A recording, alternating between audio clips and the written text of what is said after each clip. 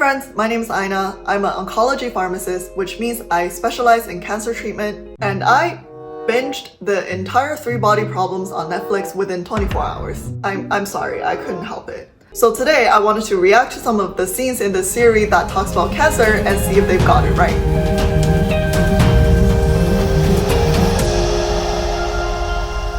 The source material for this series are based on books written by a Chinese author called Liu Cixin, and the books are called Santi, which means 3 Body Problems. I have all of them in Chinese. I've read them. I like them very much. So I was super excited for the series and I watched them all in one sitting. So before we even go any further, this is a huge spoiler alert for the show. So if you want to watch 3 Body Problems, go watch that first and then come back and watch this video.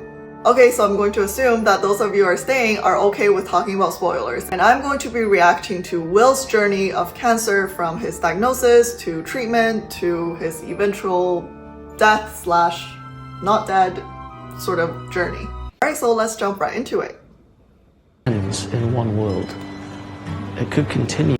Oof, 4 missed calls from your doctor? That's never a good sign. In many other worlds.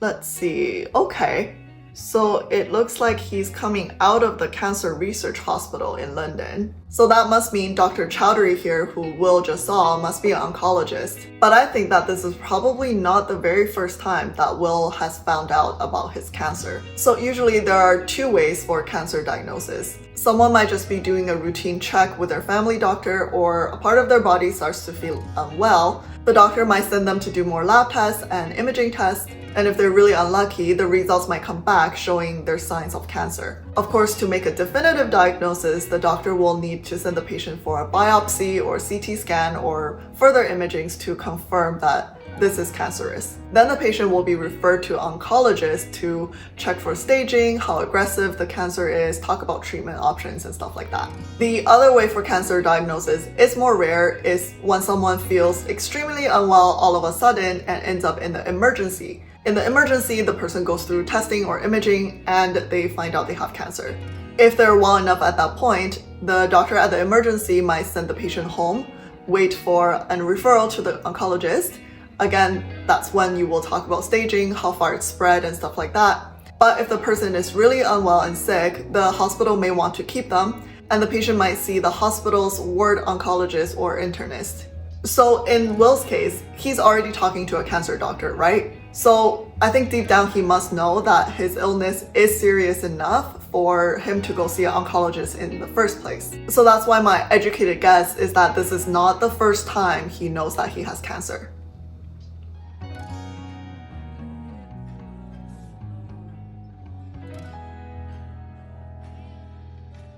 So we can see throughout the show that Will is actually a very introspective and quiet person. And you can see that just from his reaction to this devastating news. He obviously looks devastated and even detached after he's walking out of the hospital, but he didn't show any outbursts or outward emotions. And you know, people react to bad news in very different ways.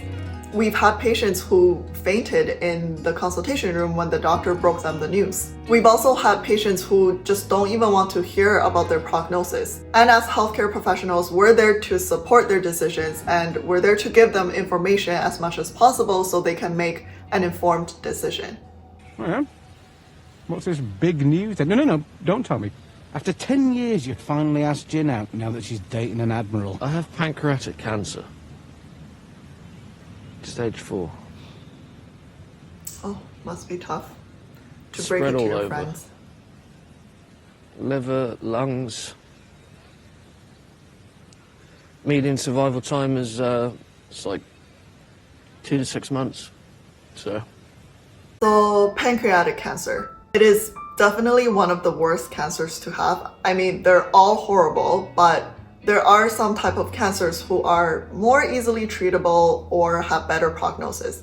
But unfortunately, pancreatic cancer is not one of them. Will is a very young person. I think he's in his early to mid 30s. I mean, Saul said he's 31, so them being classmates, I would assume Will is around the same age. And over 2/3 of pancreatic cancer patients are over the age of 65.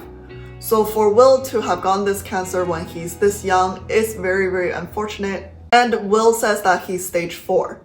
Stage 4 in cancer means that it is metastatic, that it's already spread to other parts of your body. To simply put, patients with stage 4 cancer are no longer curable. We still offer them treatment, but all of these treatments are palliative to either extend their survival time or to make them more comfortable. Fuck that. What? Some NHS doctor says so and he's just going to accept it. No. No. Fuck that. We'll go to Switzerland or New York or somewhere fucking good. I'm too far gone, mate. All they can do now is to make me comfortable, right? So they're going to operate on my tumours. Okay, so he talks about that his cancer is too far gone and they're going to operate on his tumors and make him comfortable. That is quite interesting because usually in stage 4 cancer, we don't operate on patients anymore. I know this sounds very harsh and very cruel, but the reason is because the cancer has spread to other parts of the body. There is just no way that it's possible to operate on all of these sites with our current technology. And to cut off the tumor at its original site, which is pancreas for Will's case, won't really help reduce the spread to other sites. So the only reason why I can think of that they're going to operate on Will is probably for his symptoms. So let's say his tumor is blocking somewhere that's an important duct or a vein, then the doctor would definitely want to operate on the tumor, remove that so the patient is more comfortable and it's not blocking another important organ. They're going to fluff the pillows on the sinking ship. And I said, fuck that, pal. So I love Jack's reaction here and his support and telling Will, don't just see an NHS doctor, which I know in the UK, it's their public healthcare system. In Canada, it's the same thing. We also have a public healthcare system. He's suggesting that Will should go to Switzerland or the States to find a better oncologist and more cutting-edge treatment. But unfortunately, in stage 4 pancreatic cancer, there is currently not that much we can do. There is palliative chemotherapy that we can give. The core chemotherapy drugs we use to treat in pancreatic cancer are gemcitabine, 5-FU, irinotecan, cisplatin. I know these drug names don't mean anything to you, probably don't care about it, but just know that these are traditional chemotherapy, which do come with a lot of side effects. New treatments like immunotherapy, unfortunately, are not approved for pancreatic cancer, at least in Canada. There are clinical trials being done on new drugs or new immunotherapy, so if Will had traveled to another country, maybe he can receive these type of new treatments that are currently being studied. But, I commend Jack's friendship and the support he's giving Will to tell him to keep trying and not give up. There's our boy. How did it go? Scrape it all out, did they? So again, I have to say, I love the lighthearted banter type of energy Will's friends are giving him. It's hard enough for cancer patients to deal with their own emotion about their diagnosis and the exhaustion of going through treatment. So if another person comes in and is sometimes too sympathetic, it can make the patients feel even worse because they might feel like now they have to be the person comforting the other person. Okay, so they're talking about Will going through that surgery that they talked about in the last episode. What's interesting here is that they never show Will going through actual chemotherapy treatment, which I find a little bit surprising.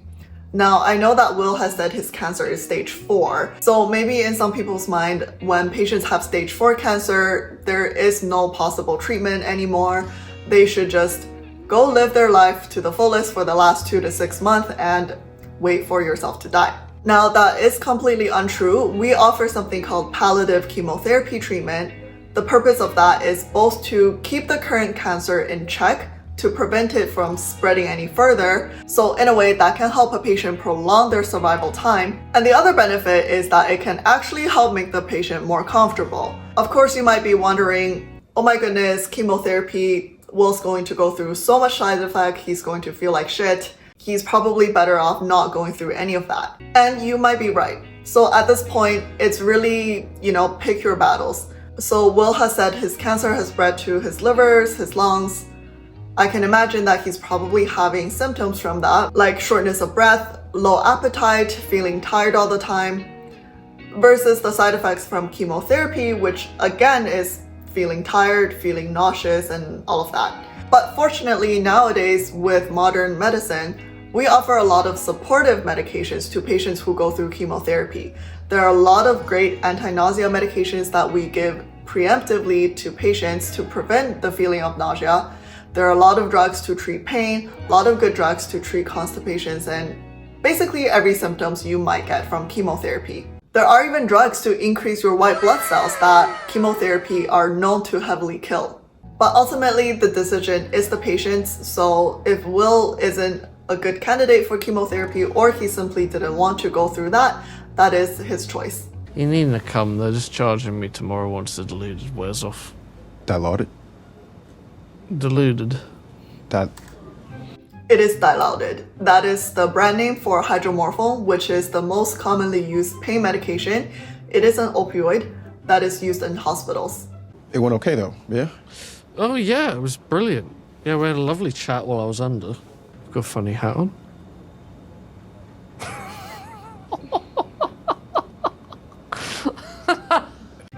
Okay, clearly Will is still under the effects of anesthesia at this point.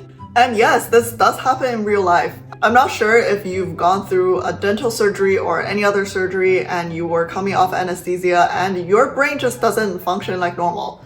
I have a friend who did surgery and she said that when she was coming off anesthesia, she could see little fairies dancing around on her IV line and singing to her. So what Will is saying here wouldn't be the weirdest thing.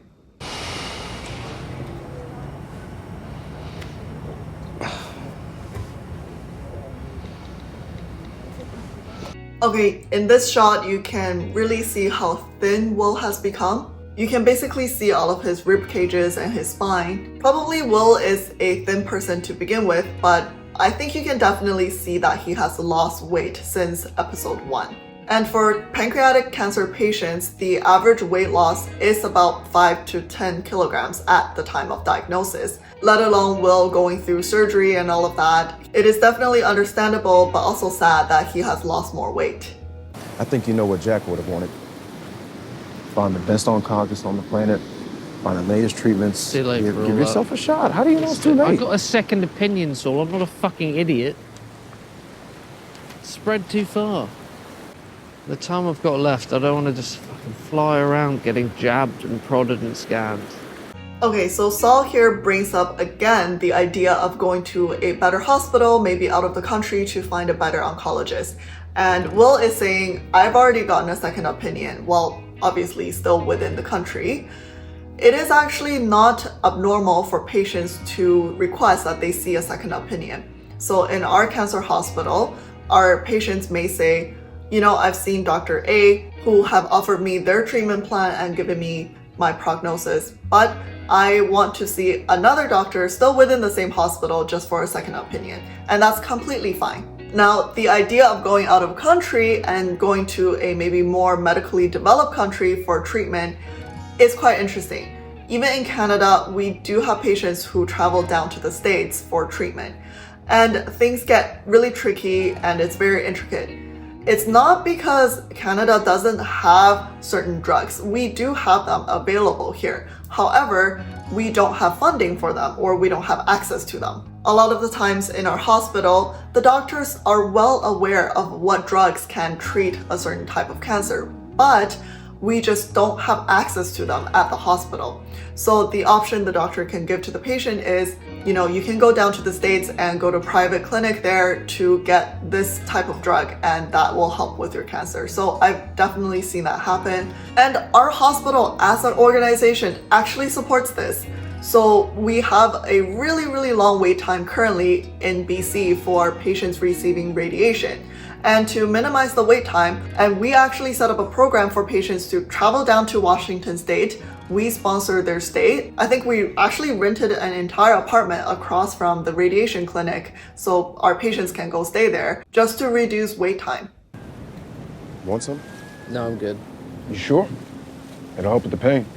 It's not so bad right now. You don't have to do this stiff upper lip thing with me, English. I'm telling you, when it's my turn on the rack, I'm gonna be crying like a baby. Yeah, but Every now and then my body actually feels pretty good. Then I can just concentrate on the sheer fucking terror of it all. There's now just so much evidence on medical use of marijuana, especially for cancer-related pain. It also can help with appetite as well in cancer patients. I've personally seen patients at the end stages of the cancer and they're in so much pain that just the prescription strength opioids are not even taking off the edge. But once they use medical marijuana, it really helps with their pain. But there's definitely dangers to using it as well, especially in an unprescribed setting. And I can go on and talk about all of this in an entirely different video. But my point is, Saul isn't giving a bad idea here.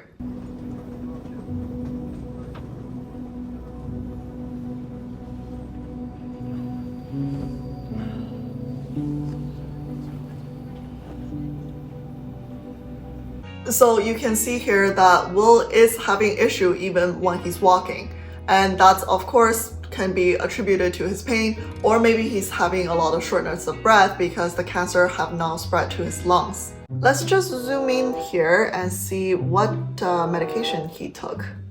It is codeine phosphate in 60 milligram. Okay, so that is a bit of a weird choice for cancer patients with pain. Codeine is a morphine derivative. It is an opioid just like morphine. It's less addictive to morphine, but it's also less strong. So usually for people with cancer, we would prescribe hydromorphone or oxycodone or morphine for better pain control. I see the direction here is to take 1 tablet every 4 hours, maximum 240 milligrams per day. That is, okay, they did a good job. That is the correct, I would say, dosage for codeine. I would say for Will, at this point, he definitely would benefit from a stronger pain medication. Can you hear me? Will. You right, love? How do you know I was here?